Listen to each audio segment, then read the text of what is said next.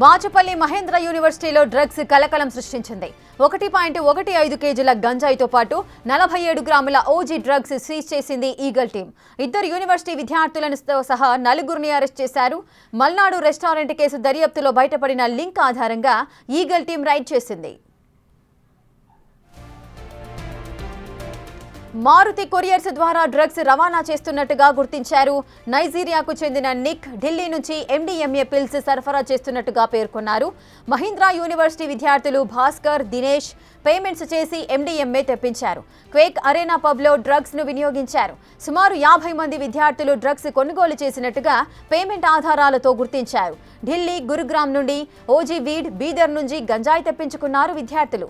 DTDC, Maruti, India post ఇతర couriers ద్వారా drugs రవాణా చేశారన్నారు. 1 గ్రాము ఓజీ వీడ్ ను 2500కు విక్రయించారు. విద్యార్థులే హాస్టల్స్ కి డ్రగ్స్ తెప్పించి విక్రయించినట్టుగా తేల్చారు ఈగల్ టీం.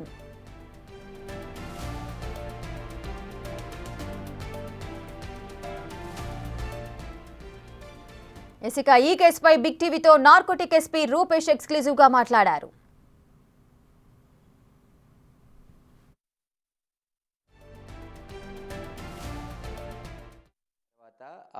ఆ డ్రగ్స్కి సంబంధించిన లింకులన్నీ కూడా ఒక్కొక్కటిగా బయటపడుతున్నాయి. రీసెంట్గా మహేంద్ర యూనివర్సిటీలో కూడా నార్కోటిక్ బ్యూరో పోలీసులు సోదాలు చేసి అక్కడ 4గురిని అరెస్ట్ చేయడం జరిగింది.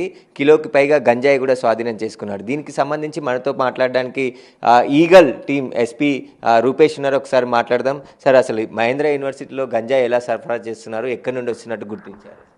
సో మహేంద్ర యూనివర్సిటీలో కొంతమంది లోకల్గా బీదర్ నుండి కూడా గాంజా తీసుకొచ్చి అమ్ముతున్నారు. దాంతోపాటు ఓజీ వీడ్, ఓషన్ గ్రోన్ అని కొంచెం ఫైన్ క్వాలిటీ ఆఫ్ గాంజా, అది ఢిల్లీ నుండి పార్సల్స్లలో ట్రైన్స్లలో తీసుకొచ్చి ఇక్కడ వీళ్ళకు సప్లై చేస్తున్నారు. దాంతోపాటు ఒక 2 పార్సల్స్ మనకి ఈ MDMA పిల్స్ కూడా వచ్చినట్టు కొరియర్ ద్వారా తెలుస్తుంది. అదే ఎంతమంది అక్కడ డ్రగ్స్ వాడుతున్నారు, ఏ విధంగా ఎక్కడి నుండి వస్తుంది? ఢిల్లీకి నుండి కొరియర్ ద్వారా వస్తుంది అంటున్నారు. అసలు ఎట్లాంటి సమాచారం వచ్చింది సార్ మీకు? సో దీనిలో 3 రకాల డ్రగ్స్, గాంజా కానివ్వండి, ఓషన్ గ్రోన్ గాంజా కానివ్వండి, MDMA పిల్స్ కానీ వస్తున్నాయి. సో దీనిలో ప్రస్తుతం 4గురిని అరెస్ట్ చేయడం జరిగింది. అందులో 2 స్టూడెంట్స్ ఉన్నారు. సో వాళ్ళు కాలేజీలోనే ఈ OG weed and ganja different స్టూడెంట్స్కి సప్లై చేస్తున్నారు. సో వీళ్ళు హోల్సేల్గా కొని దాన్ని చిన్న 1 గ్రామ్ 2 గ్రామ్ పౌచెస్ చేసి సప్లై చేస్తున్నారు. సో ఎవరైతే వీళ్ళు సప్లై చేశారో, ఏవైతే పేమెంట్ చేస్తున్నారో వాటి ఆధారంగా 50 మందిని గుర్తించాము. సో వాళ్ళ టెస్టులు చేసి ఎవరికైతే పాజిటివ్ వస్తుందో వాళ్ళు లీగల్ యాక్షన్ తీసుకోవడం జరుగుతుంది. అంటే అందరూ స్టూడెంట్స్ అయినా సార్ యూనివర్సిటీకి సంబంధించి 50 మంది? ఇప్పటివరకు 50 మంది మాత్రం యూనివర్సిటీకి సంబంధించిన స్టూడెంట్స్. అది కాకుండా ఇంకొంతమంది అవుట్ సైడర్స్ కూడా ఉన్నారు, వాళ్ళని కూడా టెస్ట్ చేయడం జరుగుతుంది. అంటే యూనివర్సిటీ వాళ్ళకి ఏం తెలియదా సార్ ఇంత పెద్ద ఎత్తున గంజాయి డ్రగ్స్ వాడుతున్నారు? మీరు కూడా ఎన్నో అవగాహన కార్యక్రమాలు కూడా కాలేజీలలో చేస్తున్నారు. ఇలా గంజాయి వాడుతుంటే సమాచారం కూడా ఇవ్వలేదు సార్? అదే అండి, వాళ్ళకి తెలిసి ఉండాలి. వాళ్ళ గార్డ్స్ కానీ వార్డెన్స్ కానీ అలర్ట్ చేయాల్సింది. ఎందుకంటే హాస్టల్స్లో చాలా రోజుల నుండి జరుగుతూ ఉంది. ఇప్పుడు ఇంట్రాగేషన్లో తెలిసింది. సో వాళ్ళందరికీ మేనేజ్మెంట్కి తెలిసినా తెలియకుండా అట్లీస్ట్ గార్డ్స్, వార్డెన్ వరకు అయితే తెలిసి ఉంటుంది. సో వాళ్ళు యాక్షన్ తీసుకోవాల్సింది. కొంతమందిని సస్పెండ్ చేసినట్టు తెలుస్తుంది, బట్ సస్పెన్షన్ ఒకటి సరిపోదు. సో కొంచెం హాలిస్టిక్గా వాళ్ళకు నో డ్రగ్ పాలసీ ఒకటి పెట్టుకుంటే బాగుంటుంది. అంటే ఈ సూర్యకి, మల్నాడు రెస్టారెంట్ నిర్వాహకుడు సూర్యకి ఇప్పుడు బ్రేక్ చేసిన డ్రగ్స్కి సంబంధించి ఎలాంటి లింక్ ఉంది సార్? దానికి దీనికి ఏం లింక్ లేదండి. అంటే ఆ కేసు ఇన్వెస్టిగేషన్ చేస్తూ ఉంటే ఇప్పుడు సూర్యకి చాలా పార్సల్ ఎలా అయితే వచ్చాయో ఆ పార్సల్స్ ఢిల్లీ నుండి ఏమేమి పార్సల్స్ వచ్చాయి హైదరాబాద్లో అని ఇన్వెస్టిగేషన్ చేస్తున్నాం. సో అలా ఒక 2 పార్సల్ మహేంద్ర యూనివర్సిటీకి వచ్చినాయి. సో ఆ యూనివర్సిటీకి వచ్చిన పార్సల్స్ని పట్టుకొని, ఆ పిల్లల్ని, స్టూడెంట్స్ని పట్టుకొని ఇంట్రాగేషన్ చేస్తే సో క్యాంపస్లో ఎలా ఈ డ్రగ్స్ ఎవరెవరు కొడుతున్నారు, ఎలాంటి డ్రగ్స్ వాడుతున్నారు, ఎవరు సప్లై చేస్తున్నారు, ఇదంతా కూడా బయటకు వచ్చింది. అంటే గతంలో కూడా మెడికల్ని కూడా పట్టుకోవడం జరిగింది. మెడికల్ కాలేజీకి సంబంధించి మిగతా యూనివర్సిటీలలో కూడా పట్టుకున్నారు. అసలు కాలేజీలకు మీరు ఎలాంటి సూచనలు చేస్తారు, తల్లిదండ్రులకు ఎట్లాంటి సూచనలు చేస్తారు? సో కాలేజీలో చాలా ఎక్కువగా ఇప్పుడు లాస్ట్ 1 ఇయర్లో కూడా చాలా ఇంపార్టెంట్ కాలేజెస్లో కూడా ఈ డ్రగ్ కల్చర్ అనేది ఉంటే మనం బస్ చేయడం జరిగింది. సో కాలేజ్ మేనేజ్మెంట్స్ కొంచెం ప్రొయాక్టివ్గా ఉండి యాంటీ డ్రగ్ కమిటీస్ని ప్రోత్సహించి, అలాగే లోకల్ పోలీస్కి ఏదైనా చిన్న ఇన్ఫర్మేషన్ ఉన్నా కూడా లోకల్ పోలీస్కి ఇవ్వాలి.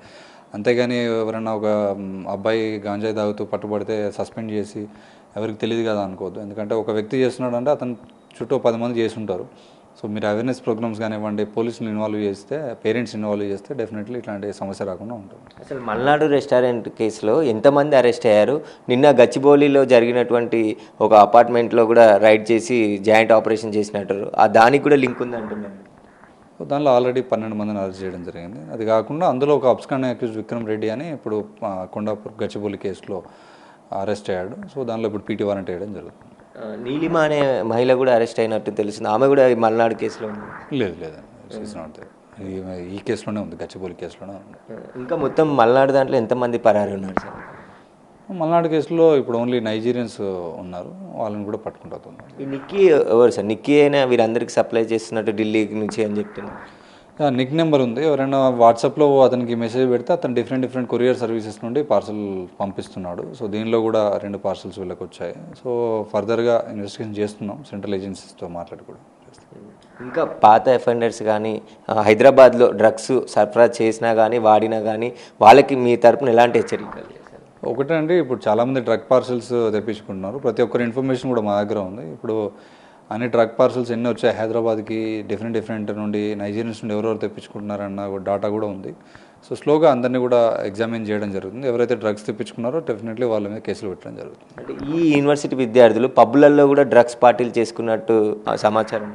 వాళ్ళు మా ఇంట్రాగేషన్లో తెలిసింది ఏంటంటే వాళ్ళు ఈ డ్రగ్స్ MDMA పిల్స్ ఏదైతే ఢిల్లీ నుండి తెచ్చుకున్నారో అవి తీసుకొని ఇప్పుడు పబ్స్కి వెళ్ళినట్టు వాళ్ళు ఇన్ఫర్మేషన్ ఇచ్చారు. అంటే మీ దాడులు ఎక్కువ కావడంతో సప్లయర్స్ అంతా కూడా కొరియర్ ద్వారా డ్రగ్స్ పంపిస్తున్నట్టు తెలుస్తుంది. ఆ కొరియర్ సంస్థలకు ఎట్లాంటి సూచనలు చేస్తున్నారు? సో కొరియర్ సంస్థలకు ఒకటే అండి, ఏదైనా కూడా ఓటీపీ బేస్డ్, ఎవరైనా మీకు ఒక పార్సల్ పంపించాలన్నా పార్సల్ తీసుకోవాలన్నా ఓటీపీ బేస్డ్ అథెంటికేషన్ పెట్టుకోవాలి. అలా పెట్టుకుంటే ఎలాంటి సమస్యలు ఉండవు. లేదంటే మిమ్మల్ని కూడా ఈ దీనిలో పార్సల్ ట్రాన్స్పోర్టేషన్లో భాగంగా గుర్తించాల్సి ఉంటుంది. అయితే హైదరాబాద్లో ఈగల్ టీం సోదాలు ముమ్మరం కావడం, ఎక్కడా కూడా డ్రగ్స్ వచ్చే మూలాల వరకు వెళ్ళి నిందితులను అరెస్ట్ చేస్తుండడంతో కొత్త దారులు వెతుకుతూ హైదరాబాద్కి డ్రగ్స్ సరఫరా చేసే ప్రయత్నం చేస్తున్నారు. వాటిని కూడా పసిగట్టి భగ్నం చేస్తున్నామని చెప్పేసి కూడా చెప్తున్నారు. ఖచ్చితంగా ఎవరైనా డ్రగ్స్ వాడినా సప్లై చేసినా కఠిన చర్యలు ఉంటాయి. తల్లిదండ్రులు, ఇటు యూనివర్సిటీ ఎవరైతే సిబ్బంది ఉంటారో వారు కూడా పిల్లల కదలికపై ఎప్పటికప్పుడు సమాచారం సేకరిస్తుండాలి. ఏదైనా ఉంటే పోలీసులకి ఇన్ఫామ్ చేయాలని చెప్పేసి కూడా నార్కోటిక్ బ్యూరో SP రూపేష్ చెప్తున్నారు. కెమెరామెన్ సన్నిత్.